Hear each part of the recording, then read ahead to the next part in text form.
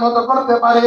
আল্লাহ তাআলা এই কথাই বলেছেন, ইন্নাল্লাযীনা ক্বালু রাব্বুনাল্লাহ, যারা বলবে আমার রব একমাত্র আল্লাহ, সুম্মা ইসতাকামু, এবং এটার উপর অটল দৃঢ় থাকবে, এই দৃঢ় থাকার উপর তার মৃত্যু এসে যাবে, ফেরেশতা অবতীর্ণ হবে এবং তাকে সুসংবাদ দিবে, আল্লাহ তাখাফু ওয়ালা তাহজানু, ও বান্দা তুমি কোনো ভয় করো না, তুমি কোনো টেনশন করো না।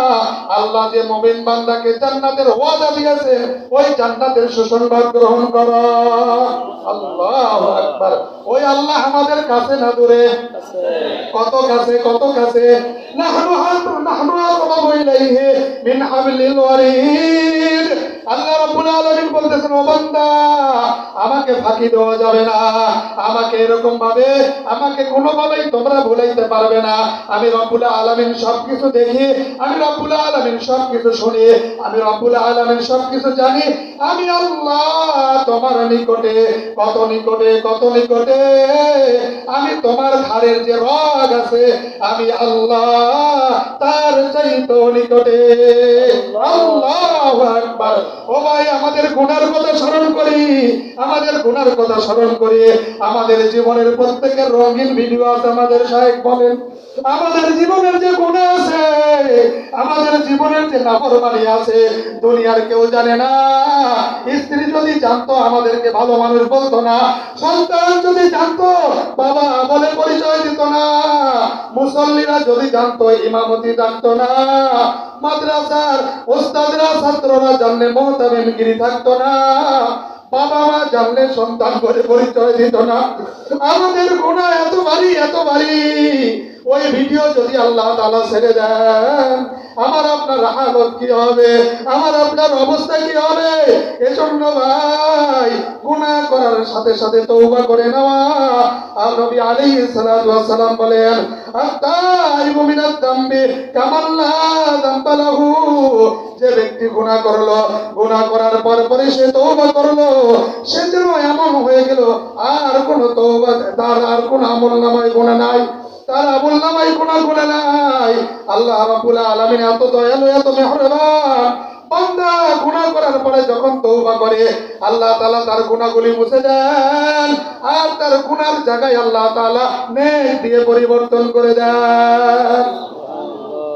ও ভাই, দুনিয়াতে যদি গুনাহ মাফ করাই না যেতে পারি, মালিককে যদি চিনে যেতে না পারি, বড় ভয়ঙ্কর মৃত্যু, বড় ভয়ঙ্কর কবর, বড় ভয়ঙ্কর হাসরের মাঠ। আল্লাহ আমাদেরকে মাফ করে দেন। ও ভাই, আল্লাহ রাব্বুল আলামিন বলেন, এরকম ভাবে যখন মানুষের মৃত্যু সামনে এসে যাবে, নবী আলাইহিস সালাতু ওয়াস সালাম বলেন, যখন নেককারের মৃত্যু সামনে এসে যায়, আজরাইল আলাইহিস সালাতু ওয়াস সালাম নেককার মানুষের সুরত নিয়ে আসে। ওই মৃত ব্যক্তি যে মৃত্যুবরণ করবে, তাকে সালাম দেয়, তার কাছে আসে, এরকম ভাবে ইয়াকুত পাথরের পিয়ালায় রেশমি রুমালের উপর নিয়ে এসে এরকম ভাবে তাকে সালাম জানায় যে আপনাকে আপনার রব সালাম জানিয়েছেন। ইয়া আইয়াতুহান নাসুল মুতমাইন্না, হে পবিত্র আত্মা বের হও, ইরজিই ইলা রাব্বিকি রাদিয়াতাম মারদিয়া। এমন অবস্থায় তুমি আসো যে অবস্থায় তোমার রব তোমার উপর পরিপূর্ণ খুশি। সুবহানাল্লাহ। আদখুলি ফি ইবাদি আদখুলি জান্নাতি। আল্লাহ তাআলা বান্দার সাথে কথা বলবে, ও বান্দা, দুনিয়াতে তুমি আমার মর্জি মতো চলেছো, এজন্য দেখো, ওই দেখো জাহান্নাম। তুমি যদি আমার এরকম ভাবে শরীয়ত মতো না চলতে, আমার রাসূলের সুন্নাহ মতো না চলতে, আমি তোমার জন্য ওই স্থান রেখেছিলাম।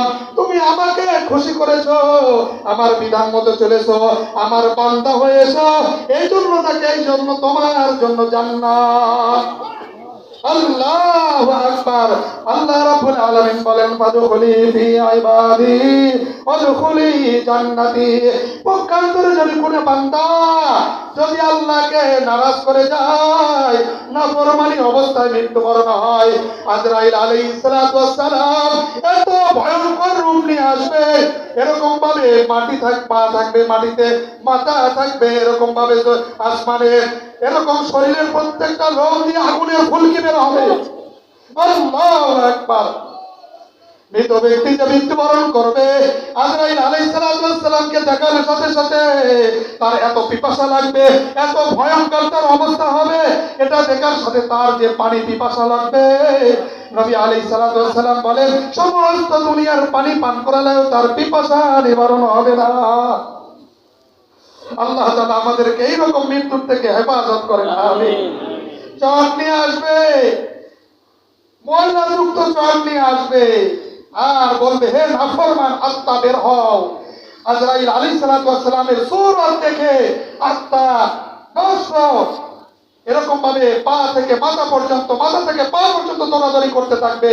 আজরাইল আলাইহিস সালাম ছবল মেরে রূহটাকে নিয়ে আসবে, দুর্গন্ধ বের হবে, এটা নিয়ে সিলসিলে চলে যাবে, নাউযুবিল্লাহ। যখন কাফন দাফন হয়ে যাবে, কবরে রেখে আসা হবে, কবর বলবে ও বান্দা, দুনিয়াতে যত মানুষ আমার উপর দিয়ে চলাফেরা করেছে, তোমার মতো নাফরমান আমি একজনও পাই নাই। তুমি দুনিয়াতে তোমার দাম্ভিকতা দেখিয়েছো, কবরের মধ্যে তুমি আমার অবস্থা দেখতে পাবে। কবর দুই দিক থেকে চেপে আসবে, এত জোরে চাপ দিবে, এক পাশের পাঁজরের হাড় অপর পাশে পাঁজরের মধ্যে ঢুকে ধরবে। আল্লাহ, ফেরেশতারা আসবে, প্রশ্ন করা হবে, তিনটা প্রশ্নই, কোন প্রশ্নের জবাব দিতে পারবে না, শুধু বলতে থাকবে হা হা লা আদরি। আল্লাহ, কবরে এই অবস্থা চলে যাবে। জাহান্নাম থেকে বিছানা আনা হবে, জাহান্নামের পোশাক পরিয়ে দেওয়া হবে, জাহান্নামের দিকে দরজা খুলে দেওয়া হবে, কিয়ামত পর্যন্ত আযাব ভোগ করতে হবে। ওই জাহান্নামের যে একটা শাস্তির নমুনা, এটা কবর থেকে সে পাইতে থাকবে। এজন্য নবী আলাইহিস সালাম বলেন মাম্মাত ফাকাদ কামাত কিয়ামাতুহু, যে ব্যক্তি মারা গেল তার কবরের আযাব, তার কিয়ামত তখন থেকে শুরু হয়ে গেল।